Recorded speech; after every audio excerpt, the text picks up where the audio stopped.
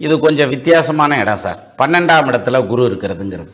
முதல்ல 12ல குரு இருக்கேன் கொடுத்து வச்சவன் அவனுக்கு மறுபிறப்பு கிடையாது. அடுத்த பிறப்பு இல்லப்பா, பிறவி பெருங்கடல் நீந்தியாச்சு, இந்த பிறப்புங்கிற பிறவி தலையிலிருந்து வெளியே போயிருவீங்க, அதனால அந்த பஞ்சாயத்தே இல்லை. ஸோ சந்தோஷமா இருக்கலாம், ஒரு வகையில் ஓகே. இன்னொரு வகையில் பார்த்தீங்கன்னா, இந்த 12ஆம் பாவத்தில் 12ஆம் பாவாதிபதி குருவாக இருந்து அவர் அங்கே நிற்கிறாருன்னு வச்சுங்க, ஆட்சியாகி பெரிய யோகாக்காரன், நிறைய கோயில் குளம் செய்வாங்க, தான தர்மம் நிறைய பண்ணுவாங்க, தான தர்மம் செய்கிறதுலையே பேர் வாங்குவாங்க. Lions club, rotary club, interact club, இந்த மாதிரியான விஷயங்கள் எல்லாம் பெரிய பேர் புகழ் சம்பாதிக்கக்கூடிய அமைப்பெல்லாம் வந்துடும். ஸோ ஃபைனான்ஷியலாக they will be well to do, நல்லா சக்ஸஸ் ஆயிடுவாங்க. பணம் காசு வருமானம் சம்பாத்தியம் எல்லாமே நல்லாயிருக்கும், குடும்ப ஒற்றுமை அதெல்லாமே நல்லாயிருக்கும். இப்போ இந்த 12ஆம் இடத்த அதிபதி குரு, ஆனால் 12ஆம் இடத்துல அவர் ஆட்சி ஆயிருக்கார், பட் வக்ரம் ஆயிட்டாருன்னு வச்சுங்களேன், உருட்டிடும், காசு வனத்துக்கு கஷ்டப்பட வச்சிரும், தொழிலில் பிரச்சனை ஏற்படுத்தும், தொழிலில் நிறைய போட்டிகள் அதனால் நிறைய சிரமப்பட வேண்டி வரும், கடன் பட வேண்டி வரும். 1000 ரூபா ஈஸியாக எடுத்து செலவு பண்ணியிருப்பார், 50 ரூபா காசுக்கு கஷ்டப்படுவார்ன்ற மாதிரியான ஒரு பாயிண்ட்டை இந்த 12ஆம் குரு வக்ரமாச்சுன்னா பண்ணும். ஆனால் அது ஃபர்ஸ்ட் ஆஃப் அப்படி பண்ணால் செகண்ட் ஆஃப் ஓரளவுக்கு நல்லாயிருக்கும்.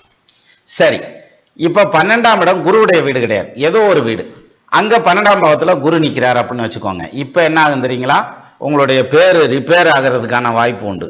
அதாவது வேலை செய்கிற இடத்துலையே ஆகட்டும், அல்லது தொழில் பண்ணுற இடத்துலையே ஆகட்டும், குடும்பத்திலே ஆகட்டும், சோசியல் லைஃப்லேயே ஆகட்டும், உங்களுடைய நேம் ஸ்பாயில் ஆகிறதுக்கான வாய்ப்பு வரும். இது குரு 12ல் நின்றுச்சுன்னா. அது மட்டும் இல்லாமல் நீங்கள் எடுக்கிற முயற்சிகள் நிறையா தடங்கள் ஆகும். தொழில் ஆரம்பித்தா பிரச்சனை ஆகணும் அல்லது தடங்கள் ஆகணுங்கிற மாதிரியான அமைப்பு, கடன் படுறதுக்கான அமைப்பு உண்டு. சரி, இப்போ குரு 12ல் வக்ரமாக இருக்கார் சார், நல்லா கவனிங்க. இப்போ இந்த குரு வக்ரமாகாதுக்கு சொன்னேன், குரு 12ஆம் பாவத்தில் வக்ரமாக இருக்கார், ஆனால் அது குருவுக்கு ஆட்சி வீடு இல்லை. அப்படி இருந்ததுன்னா இது யோகமாயிரும், பிரமாதமாக சம்பாதிப்பாங்க சார்.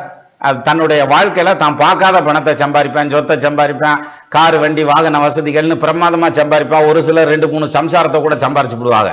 அவ்வளவு யோகமாக வேலை செய்ய 12ஆம் பாவத்தில் குரு வக்ரமாயி நின்றுச்சுன்னா. அப்போ இங்கே பாருங்க, 12ல் நிற்கிற குரு 2-3 விதமான பலன்களை செய்யணும்.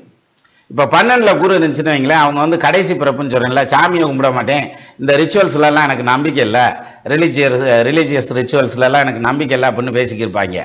ஆனால் பார்த்தீங்கன்னா ஒரு ஸ்டேஜில் கோயிலை சுற்றி உருண்டு வருவேன், நடந்தெல்லாம் போவாங்க கோயிலுக்கு, அந்த அளவுக்கெல்லாம் பக்திமானாக மாறிடுவாங்க. ஸோ இவங்கெல்லாம் பக்திக்கு எதிராக பேசுகிறாங்களா, ஒன்றும் கண்டுக்காதீங்க, அப்படியாப்பா சரிப்பா எனக்கு தேப்பா அறிவில்லைன்ட்டு போயிடறேன் நான் சிம்பிளாக.